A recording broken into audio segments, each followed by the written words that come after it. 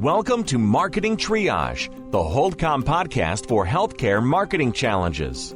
Listen to real-life stories and practical solutions from colleagues of various healthcare institutions on how they navigate complexities and get the job done amidst intense competition and pressure to do more with less. Whether you're a seasoned marketer or just starting out, our podcast offers valuable insights to achieve success. Join us as we uncover the unique set of challenges faced by marketing professionals in healthcare and provide relief through our podcast. Sit back, relax, and tune in to Marketing Triage for real-life stories and solutions. Welcome. Our guest today is Kathleen Ellmore. She is the co-founder and managing partner of Engagys, which is a national healthcare consumer engagement consulting and advisory services firm.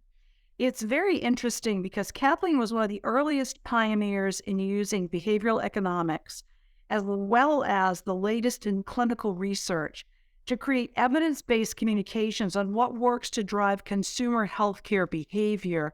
And the goal is better outcomes and lower costs, something that everyone is seeking these days.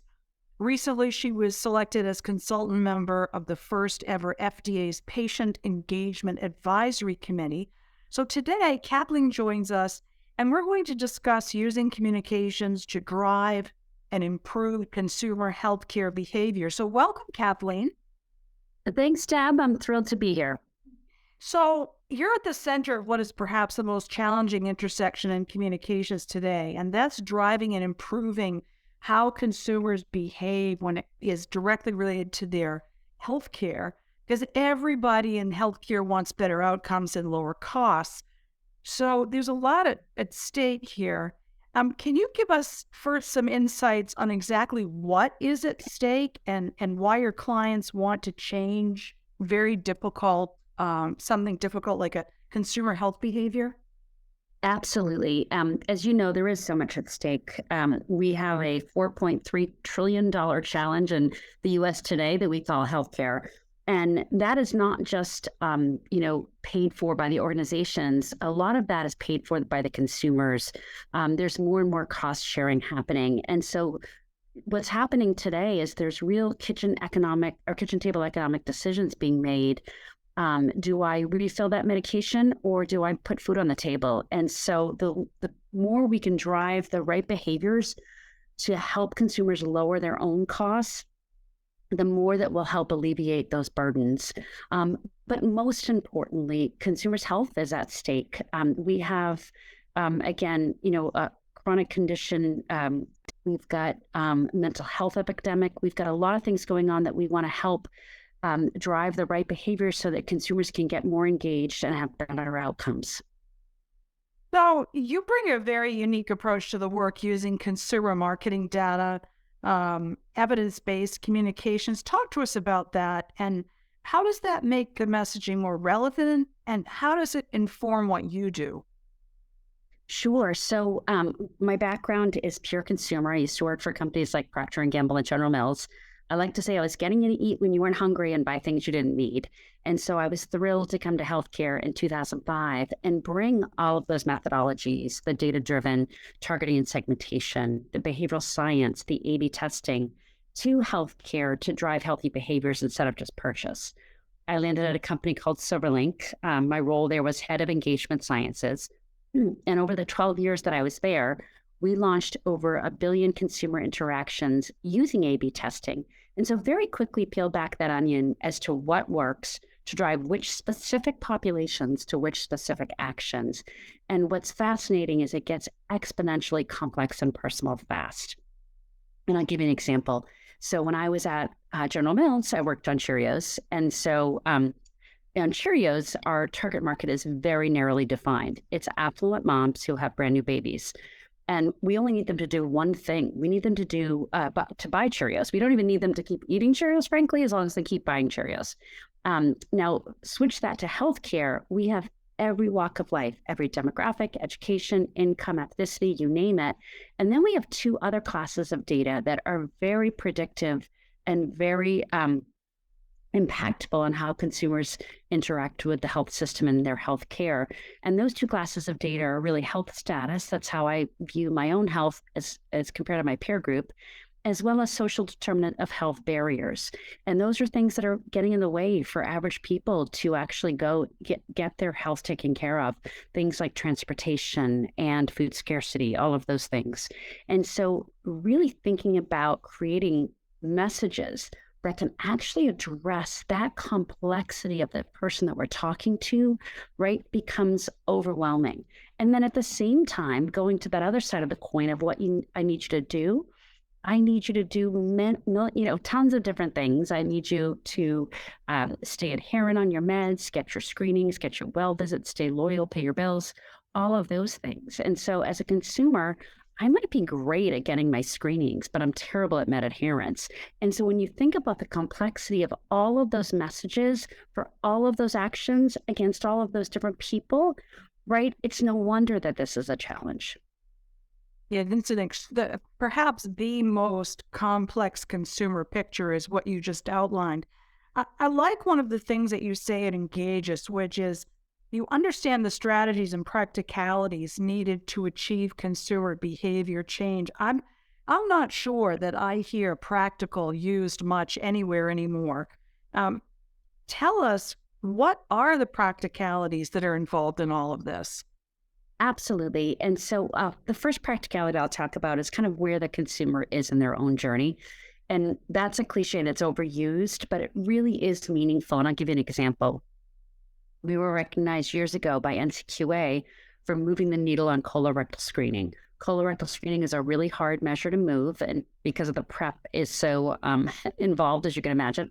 And so the way that we did that is we looked into the data and, thinking about the practicality, we looked at where this population, was living in the journey of their own healthcare experience.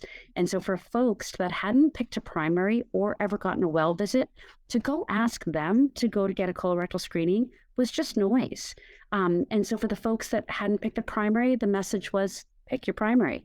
If they picked the primary, but they still had never seen their doctor, the message was, go see the doctor.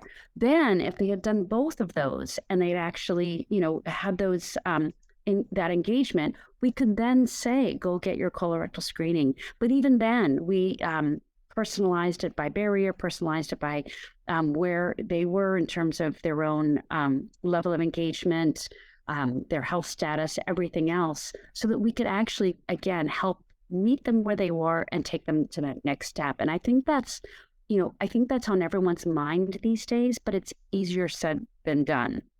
Meaning your data has to be right so that you can actually have that real-time feedback of knowing what a consumer's doing and where they are so that you can then take them to that next place. The other practicality I'll talk about is channel mix. Excitingly, most of us now finally have the abilities to actually use all of the channels that consumers like to communicate on: text, email, mail, call, you name it. But, we've heard big sweeping goals around, we need everybody to be digital all the time. Well, the practicality is that's probably not going to ever happen because there are people that still prefer print, whether they feel like they want to file it, they like the hard copy, they want to stick it on their fridge. There's also regulatory print. But even people that, prefer text, they don't necessarily prefer text for everything. Maybe text is great for condition management, because they're getting real-time dynamic feedback on the pollen count and they're managing asthma, but maybe they prefer email for something else. And so really thinking about the practicality in that channel mix is critical, again, to being able to take it from the consumer view. And then the last practicality that I like to talk about is really this idea of behavioral science.